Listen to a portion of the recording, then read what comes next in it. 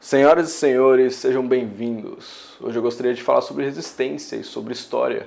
E para isso eu vou falar sobre Leonel Brizola, um dos grandes líderes da esquerda nacional. Eu já pensava em falar sobre ele antes do lançamento do filme Legalidade, que foi estreado semana passada e eu ainda não vi, mas espero ver em breve. E talvez isso aqui vire uma série de vídeos sobre o Brizola, mas hoje eu vou me focar em apenas dois momentos, sendo o seu governo no Rio Grande do Sul e outro a sua iniciativa em levantar um exército para defender a Constituição brasileira contra os militares em 61. E eu já quero deixar claro que esse vídeo vai estar cheio de generalizações, porque é muito difícil você tratar sobre um tema tão delicado em um videozinho no YouTube, mano. Só tem uma forma de mergulhar de cabeça com profundidade em qualquer assunto que você queira estudar, cara, que são com bons livros, desligando o celular e algum tempo sozinho. Dito isso, vamos falar sobre Leonel Brizola e seu exército da legalidade, que enfrentou os militares em 61.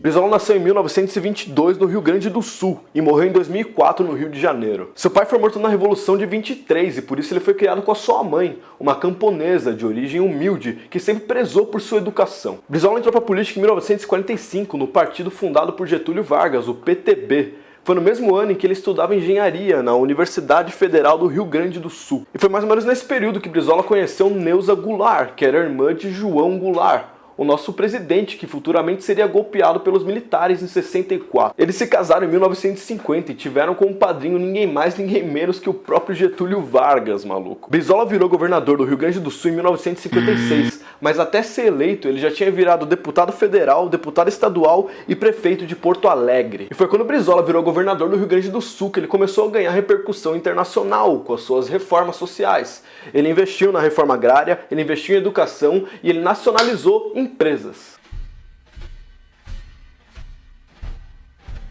Brizola sempre foi um grande orador, um líder nato, e ele se apresentava como um político independente da política dominante da época. Para ele, o exercício do poder acabava levando as pessoas para acomodação, fazendo assim elas perderem a virtude do inconformismo. O cara lutava pelo que ele acreditava, ele sabia o que ele queria, e ele estava preparado para assumir as consequências dos seus atos. E porra, eu realmente admiro e respeito isso, velho. Antes de mais coisa, é melhor contextualizar a situação do Brasil e do mundo naquela época. O presidente do Brasil era Juscelino Kubitschek, o JK, e o seu vice era João Goulart, o Jango. Os dois eram vistos como uma extensão da política de Getúlio Vargas, ou seja, eles eram populistas de esquerda. Já a situação mundial era a polarização, a Guerra Fria, eram os soviéticos contra os americanos e aquela merda toda. Só que Brizola tinha uma visão diferente dessa polarização.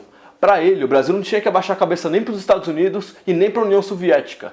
Para ele, o Brasil devia lutar pela sua soberania, lutar pelos seus próprios, saca? E para ele, que era um estatista, um desenvolvimentista, a melhor saída era investir em educação pública. Então Brizola acabou construindo mais de 6 mil escolas, contratou mais de 40 mil professores e conseguiu levar a educação para as crianças camponesas que ficavam longe da cidade. Essa foi sua primeira política como governador, sendo só a segunda que realmente começou a assustar os americanos e os liberais brasileiros. Empresas americanas tinham pego a concessão de duas empresas nacionais, uma empresa de eletricidade e outra empresa de telecomunicação, telefone, comunicação. Brizola estava entendendo que essas empresas só estavam pensando no lucro, elas não investiam em infraestrutura e muito menos em melhoras de serviço para a população brasileira. Brizola, por meios legais, acabou tirando a concessão dessas empresas americanas, fazendo com que essas empresas virassem nacionais novamente. Os empresários americanos tiveram ressarcimento, mas mesmo assim, Brizola começou a ser visto como inimigo do imperialismo americano depois desse ato. E é claro que os Estados Unidos não gostaram, né? Quem é que gosta de perder o lucro?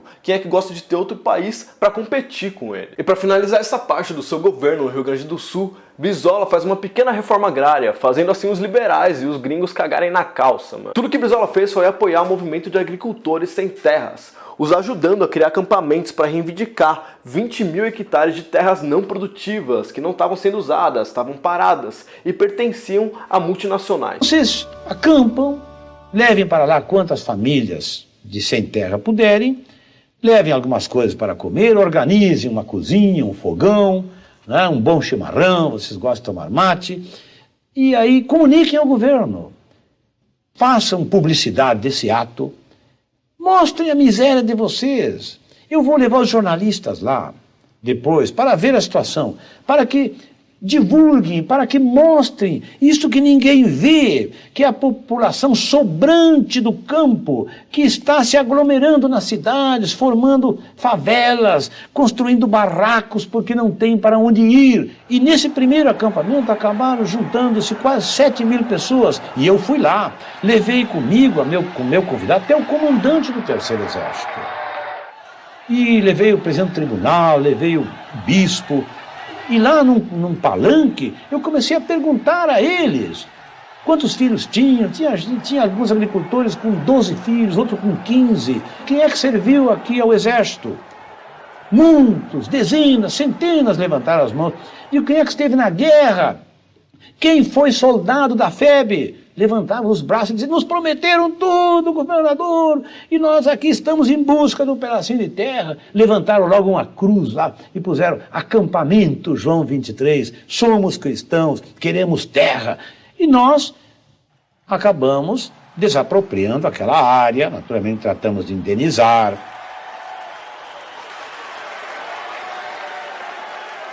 Sua esposa, a Neuza Brizola, vinha da família Goulart, ou seja, era a nata da aristocracia rural gaúcha, cara. Eles tinham dinheiro, eles tinham terra. E é por isso que é ridículo você chamar João Goulart de comunista, velho. O cara tinha grana, ele tinha terra. O cara era só um político populista de esquerda, com ideias desenvolvimentistas. Nada além disso. E por que eu tô falando isso? Porque Brizola e Neuza também doaram mais de 1.000 hectares de terras deles para pequenas famílias, de pequenos agricultores sem terras. E a galera, que era quase tão estúpida quanto a classe média de hoje, começou a achar que os caras eram comunistas, mano.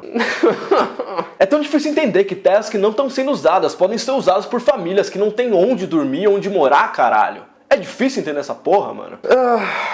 Chega desse papo, vamos pra parte que todo mundo quer ver, que é a iminência de uma guerra civil para defender a democracia, mano, pra defender a Constituição da época. E isso é foda demais, mano. O ano é 1961 e o presidente do Brasil é Jânio Quadros, aquele maluco com um olho no peixe e outro no gato, tá ligado? O seu vice é também João Goulart. Em 19 de agosto de 1961, Jânio Quadros condecorou Che Guevara, um dos líderes guerrilheiros responsáveis pela Revolução de Cuba. Existiam motivos diplomáticos e comerciais para Jânio condecorar Che Guevara, só que isso começou a ser visto como motivo para Jânio Quadros renunciar à presidência. Na carta de renúncia, Jânio Quadros falou que forças terríveis levantavam-se contra mim, e por isso que Brizola achou que fossem os militares forçando a saída dele para tentarem dar um golpe militar no Brasil. Os gaúchos estávamos dispostos a acolher o presidente Jânio Quadros no Rio Grande. Se a sua renúncia tivesse sido motivada por pressões de quem quer que fosse. Jânio Quadros negou a ajuda de Brizola e até hoje nenhum historiador tem certeza do motivo da renúncia dele, mas eles acreditam que foi uma tentativa dele mesmo dar um golpe. Na cabeça desse cara ele ia renunciar e o povo brasileiro ia pedir para ele voltar, ia pedir para ele, por favor, acaba com a corrupção com a sua vassourinha, por favor, volte e faça as reformas, por favor. Então ele voltaria, fecharia o Congresso e faria o que ele quisesse fazer, porque com a democracia é impossível você fazer qualquer coisa, não é mesmo? Não foi isso que a gente ouviu recentemente? Não é foda você ver a história quase que acontecendo igual? Sem falar que Jânio Quadros sabia que os militares não gostavam de João Goulart. João Goulart representava Getúlio Vargas e Getúlio Vargas não era mais bem-vindo. E o que aconteceu foi que Jânio Quadros renunciou e com ele levou a faixa presidencial como se fosse um souvenir, sabe? E a galera da rua começou a chamar o cara de covarde, de canalha por ter abandonado o povo brasileiro. Insano, né? Então vamos lá, o presidente renunciou, quem assume é o vice, que seria João Goulart. Mas João Goulart estava na China, porque Jânio Quadros tinha mandado ele pra lá numa missão diplomática. E os militares gozaram pelos poros, né, velho? O presidente tinha renunciado e o vice estava fora do país. não tinha chance melhor deles darem um golpe de Estado. Os militares tentaram tomar o poder 3 vezes, velho. A primeira vez foi em 54 contra Getúlio Vargas, que era presidente. Eles pressionaram Getúlio, Getúlio deu um tiro no próprio peito e conseguiu desestabilizar os caras. A segunda vez é essa que a gente vai falar agora, e a terceira vez é em 64, e a gente sabe muito bem como isso acabou. No dia 28 de agosto, os militares golpistas declararam que se Jango pisasse no Brasil, ele seria preso. E aí que surgiram 2 problemas para os militares tomarem o poder. A primeira era o general Lott, que era um militar legalista, ele respeitava a Constituição brasileira. E a segunda era Leonel Brizola. Quanto a Lott, que já estava dividindo o exército brasileiro entre golpistas e legalistas, foi relativamente fácil. Eles só pegaram o cara e prenderam em uma prisão militar no Rio de Janeiro. Já a Brizola iam ser outros 500, cara. Brizola já tinha entendido que era hora de agir e que não tinha que perder tempo. E é aí que começa a parte foda, meu velho. O Brizola pegou os estúdios da Rádio Guaíba e colocou no subsolo do Palácio do Piratini, em Porto Alegre. A rádio, que funcionava 24 horas, começou a falar para a população sobre o golpe e convocar as pessoas para as ruas para defender a Constituição brasileira. Com isso, o Brizola conseguiu armar a população gaúcha e ao seu lado tinha ainda a Brigada Militar e o apoio do Terceiro Exército. Nós levantamos barricadas pelos portões, pelas portas e pelas janelas. O povo se aglomera numa multidão em frente ao palácio, trazendo uma comovente solidariedade ao governo do Estado. Nós pedimos a todos muita calma. Nós desejamos ficar aqui em vigília, cuidando dos destinos da pátria. Pode ser que não tenhamos força, meus conterrâneos, para resistir e vencer. Mas, mesmo sem vencer, eu quero vos dizer que nós resistiremos até a última gota das nossas energias. E se tivermos que ser esmagados, o faremos com a nossa honra e a nossa dignidade.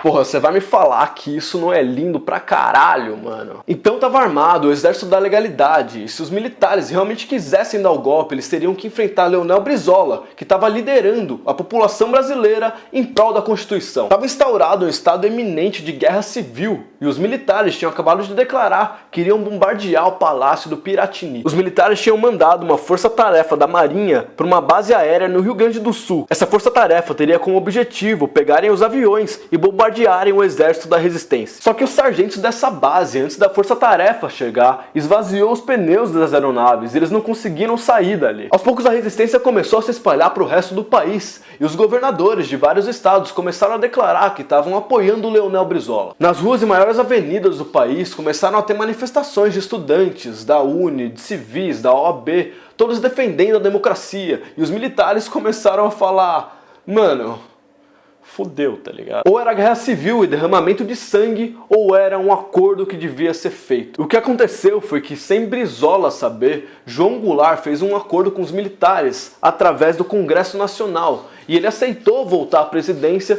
só que não mais com todos os seus poderes, mas com um sistema de parlamentarismo. Enquanto tudo isso acontecia, João Goulart, que seria presidente do Brasil, tinha saído da China e tinha ficado no Uruguai. E ele só chegou no Brasil no dia 1º de setembro, para ser exato, em Porto Alegre, onde o Brizola estava. Grande, apenas cumprimos com o nosso dever. Não fizemos uma revolução, apenas assumimos uma atitude de inabalável resistência. Civis e militares todos se confraternizaram nessa luta extraordinária pela manutenção da paz e pela legalidade. Eu não preciso dizer que Brizola não gostou nada do acordo que Jango tinha feito com os militares. Para Brizola, Jango deveria liderar o exército da legalidade e ir por terra até Brasília e tomar o poder como presidente sem nenhuma restrição. Os historiadores ainda acham difícil saber por que Jango aceitou o acordo, mas Jango sempre foi um conciliador, ele sempre foi um cara pacífico, do diálogo, do pera lá galera, vamos conversar porra. Mas tudo indica que Jango achava que ia conseguir reverter a situação e assim ia impedir derramamento de sangue no Brasil. Jango chegou em Porto Alegre, acenou pra galera, fez parte da festa e 3 dias depois ele embarcou para ir para Brasília, sem saber o que esperar e principalmente sem saber que dali 3 anos os militares iam conseguir afundar o Brasil e mergulhar a nossa história nas trevas.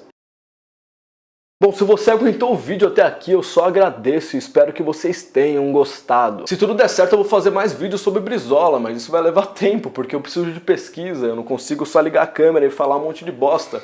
Mas também eu sou um vagabundo e demora pra caralho. Então, eu espero que eu tenha conseguido instigar um pouco a curiosidade de vocês e contado o mínimo que todo brasileiro deveria saber sobre a história do próprio país. Fora isso, a gente precisa lembrar dessas figuras que lutaram tão bem, cara. Isso é resistência, isso é força e é lindo, faz parte da gente, velho. A gente não pode simplesmente deixar que apaguem essa história e recontem como eles bem entenderem. Em momentos sombrios como o nosso, em que filhotes da ditadura estão no poder, conhecer a nossa história também é uma forma de resistir, é um começo. Fora isso, já finalizando, eu só deixo uma simples pergunta. Onde estão os novos Brizolas? Será que a gente não tem mais nada com que lutar ou a gente simplesmente perdeu a virtude do inconformismo?